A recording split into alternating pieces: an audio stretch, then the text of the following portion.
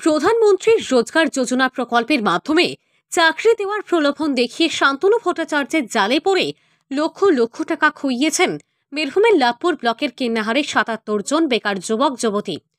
প্রতারণার ঘটনায় শান্তনু ভট্টাচার্য শুক্রবার গ্রেপ্তার হওয়ার পরই সেই খবর টিভির পর্দায় দেখতেই ওই সকল বেকার যুবক যুবতীদের হুঁশ ফেরে। এমন ঘটনার খবর তারা জানতে পেরে এবং তারা প্রতারিত হয়েছেন বুঝতে পেরে এখন সুবিচারের দাবি তুলছেন। জানা যাচ্ছে, শান্তনু ভট্টাচার্য নিজেকে একজন রেলের চিকিৎসক বলে দাবি করে আসতেন এবং বিভিন্ন জনকে প্রধানমন্ত্রী রোজগার যোজনা মেলার হাত ধরে চাকরি দেবেন এমনটাই প্রতিশ্রুতি দিতেন। এমন প্রতিশ্রুতি দিয়ে তার এজেন্টের মাধ্যমে ৫,০০০ টাকা দিয়ে প্রথমে ফর্ম ফিল আপ করাতেন এবং এরপরে ধাপে ধাপে আরও টাকা নিতেন। লাভপুর ব্লকের ওই ৭৭ জন বেকার যুবক যুবতীরা চাকরির আশায় এখনো পর্যন্ত এক একজন প্রায় ১৫ থেকে ২০,০০০ টাকা করে দিয়ে রয়েছেন।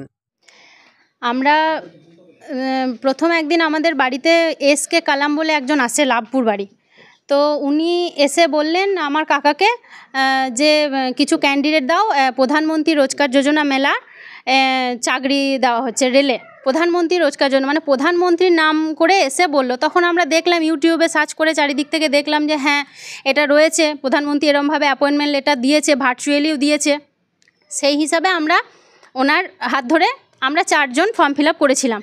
তারপর হঠাৎ করে আমি যেন প্রকারে আমি কালামবাবুর মাধ্যমেই ওই শান্তনু ভট্টাচার্য মানে যার হাত ধরে কালামবাবু এসেছিলেন সেই শান্তনু ভট্টাচার্যর ফোন নাম্বারটা আমি পেয়ে যাই। দিয়ে ওনাকে ফোন করে ডাইরেক্ট জিজ্ঞাসা করি যে স্যার আমরা তো এতদিন হয়ে গেল ফর্ম ফিল আপ করেছি, 3-4 মাস, তা কত দেরি হবে আমাদের অ্যাপয়েন্টমেন্টটা হতে? বললেন যে খুব ইমিডিয়েটলি হয়ে যাবে, তবে একটা কথা বলি, কালামবাবুর 55 জন ক্যান্ডিডেটকে বাতিল করা হয়েছে, আপনাদেরকে সেই 55টা ক্যান্ডিডেট ভুগতান করে দিতে হবে, তাহলে আমার 1 লক্ষ পূর্ণ হয়ে যাবে। 1 লক্ষ হলেই প্রধানমন্ত্রী খুব তাড়াতাড়ি কাজটা এগিয়ে নিয়ে যাবে। আমরা নিজের স্বার্থের জন্য পরিমরি হয়ে 77টা ক্যান্ডিডেট আমার তরফ থেকে, আমি আমার রিলেটিভ প্লাস আমার কিন্নাহারের লোকাল কিছু ভাই বোনদেরকে নিয়ে আমি মানে বলি যে ফর্মটা ফিল আপ কর, যেহেতু আমার যদি চাকরি হয় তো তোরও হোক, কারণ এখন তো বেকারত্বের সংখ্যা প্রচুর, চাকরিও নেই। আর এটা প্রধানমন্ত্রী রোজগার যোজনা, যেহেতু উনি বলেছেন বলে আমরা কিন্তু পাটা বাড়িয়েছি। সেই হিসাবে আজকে আমি হঠাৎ সকালবেলায় জানতে পারি যে শান্তনু ভট্টাচার্য আজকে অ্যারেস্ট হয়েছে। কেন না প্রচুর টাকা নিয়ে রেলে চাকরি করে দেবো বলে তখন মাথায় হাত। এবার কী করবো আমরা, এই সময় আমরা কী করব সেটা বলুন। আর এরকম করে তিনি বিভিন্ন, দেখুন এখানে রয়েছে, এখানে prime minister of India Shri Narendra Damodar Das Modi, তারপরে CV আনন্দ বোস, শ্রীমতী মমতা ব্যানার্জি, সবার নাম দিয়ে একটা ইনভিটেশন কার্ড পাঠানো হয়েছে। প্রধানমন্ত্রীর নাম নেই? হ্যাঁ, প্রধানমন্ত্রীর এখানে লোগো স্ট্যাম্প দিয়েছে, দেখুন দ্রৌপদী মুর্মু সাইন করা আছে। এরপর আমরা কি করে বুঝবো এটা ফ্রড বা এটা মিথ্যা? আমাদের কাছে ফর্মও আছে, আমরা ফর্মও ফিল আপ করেছিলাম, প্লাস আমাদের কাছে এটা ইনভিটেশন কার্ড, আবার আমরা সিলেক্টেড হয়েছি তার জন্য যে সাপ্লিমেন্টারি লেটার, সেই লেটারটাও আমাদেরকে দিয়ে গেছে শান্তনু ভট্টাচার্য নিজে, আমোদপুর এসে দিয়ে গেছে এবং কলকাতায় আমাদেরকে ডেকে আমাদের হাতে ইনভিটেশন কার্ডটা পাঠিয়েছে। এমনকি শুধু আমাকে নয়, আরও 2-4 জনকে ডেকে সেই ইনভিটেশন কার্ড তাদের হাতে পৌঁছে দিয়েছে। আমরা এত কিছু জেনে আমি দেখলাম ঠিক আছে, এখানে ওনার আন্ডারে বললো 650 না 700টা ক্যান্ডিডেট আছে। আমরা সেই সাহসে আমরা এগিয়েছিলাম, কিন্তু হঠাৎ করে এইটা যে হবে সেটা বুঝতে পারিনি। কত টাকা দিয়েছেন? আমরা এক জনা প্রায় 12 থেকে 15,000 টাকা করে দিয়েছি।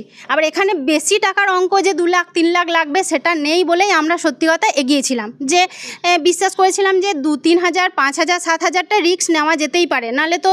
আর এটা যেহেতু প্রধানমন্ত্রী দপ্তর থেকে ডাইরেক্ট রিক্রুট হচ্ছে, সেই হিসাবে এই টাকাটা দেওয়া যেতেই পারে। সেই জন্য আমরা 10 থেকে 12 হাজার পর্যন্ত দিয়ে এগিয়েছিলাম। তারপরে উনি নানা রকম বাহানা দিয়ে আজকে প্রধানমন্ত্রী আসবে তার সঙ্গে দেখা করার জন্য 500 টাকা, তার সঙ্গে সেলফি তোলার জন্য 800 টাকা, তারপরে ওনাকে রিসিভ করতে যাওয়ার জন্য একটা আই কার্ড বানানো হবে, সেই আই কার্ডের জন্য 2600 টাকা, ঠিক এরকম করে করে টাকা উনি আমাদের কাছ থেকে নিয়েছে। আমার প্রত্যেকটা ক্যান্ডিডেটের কাছ থেকেই নিয়েছে। বাই ক্যাশ না অনলাইন? অনলাইন দিয়েছি, সবটাই শান্তনু ভট্টাচার্যর অ্যাকাউন্টে ট্রান্সফার হয়েছে। গত 7 মাস হলো ওনার সঙ্গে আমার এরকম ট্রানজাকশান হচ্ছে। আমার প্রত্যেকটা ক্যান্ডিডেট আমার অ্যাকাউন্টে টাকা দেয়, এবার আমার কাছ থেকে শান্তনু ভট্টাচার্যর অ্যাকাউন্টে যায়। আবার কিছু কিছু ক্যান্ডিডেট আছে যারা ডাইরেক্ট শান্তনু ভট্টাচার্যর অ্যাকাউন্টেও পাঠায়। ঘটনার সূত্রপাত এলাকারই এক পরিচিত ব্যক্তির হাত ধরে। প্রথমে 3 জন ফর্ম ফিল আপ করেন এবং পরবর্তীতে তারা জানতে পারেন এই প্রকল্পে চাকরি পেতে হলে আরও কিছু ক্যান্ডিডেট লাগবে। তাড়াতাড়ি চাকরির আশায় ওই সকল বেকার যুবক যুবতীরা নিজেরাই নিজেদের এলাকার 77 জনকে ফর্ম ফিল আপ করান। কাউকে গ্রুপ ডি আবার কাউকে গ্রুপ সি চাকরি দেওয়া হবে বলে মিথ্যা প্রতিশ্রুতি দেওয়া হয়। আর এই মিথ্যা প্রতিশ্রুতি এবং ফ্রডের পাল্লায় পড়ে আজ কেবলমাত্র ওই এলাকা থেকে প্রায় 12 লক্ষ টাকা গ্রেপ্তার হওয়া শান্তনু ভট্টাচার্যের অ্যাকাউন্টে গিয়েছে।